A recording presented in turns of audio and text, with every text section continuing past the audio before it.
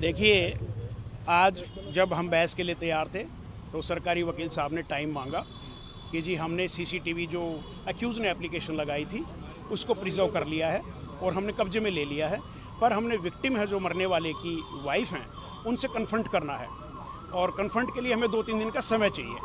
तो हमने उस पर ऑब्जेक्शन नहीं किया क्योंकि हम भी फेयर इन्वेस्टिगेशन चाहते हैं। हम चाहते हैं कि सीसीटीवी में जो आया उसको कन्फ्रंट किया जाए।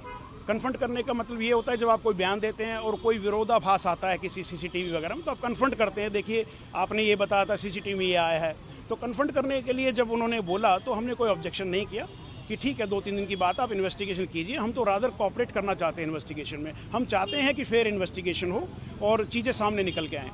दूसरा उनका कहना था कि मोबाइल फ़ोन जो है अक्यूज़ का वो अभी हमें नहीं मिला, हमने लेना। हमने स्टेटमेंट दी जज साहब को कि जी मोबाइल फ़ोन परिवार के पास है, इन्होंने मांगा नहीं है, हम ये मांग रहे हैं, हम शाम को ही आज मोबाइल फ़ोन भिजवा देंगे। और कमाल की बात ये है कि एक्सीडेंट के बाद उस मोबाइल फ़ोन से जिसको पुलिस लेना चाहती है वो तो हमारे फेवर का है।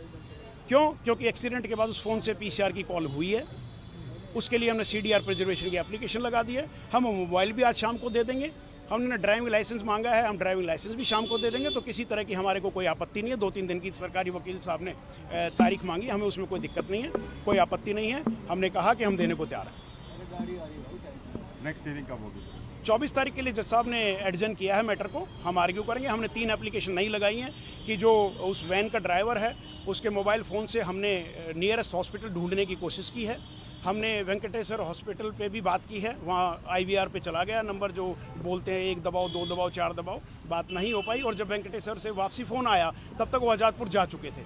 तो जो उनको एक लेडी जो लेमैन है इन सारी चीज़ों से, उसको जो उस समय बेस्ट लगा अपने पति और बच्चों को छोड़ के फुटपाथ पे वो इंजर्ड को रिमूव किया, उसने हॉस्पिटल में बेस्ट प्रोवाइड कराने की कोशिश की, पर अनफॉर्चुनेटली उसे ही मुलजिम बना दिया गया और वो जेल में है।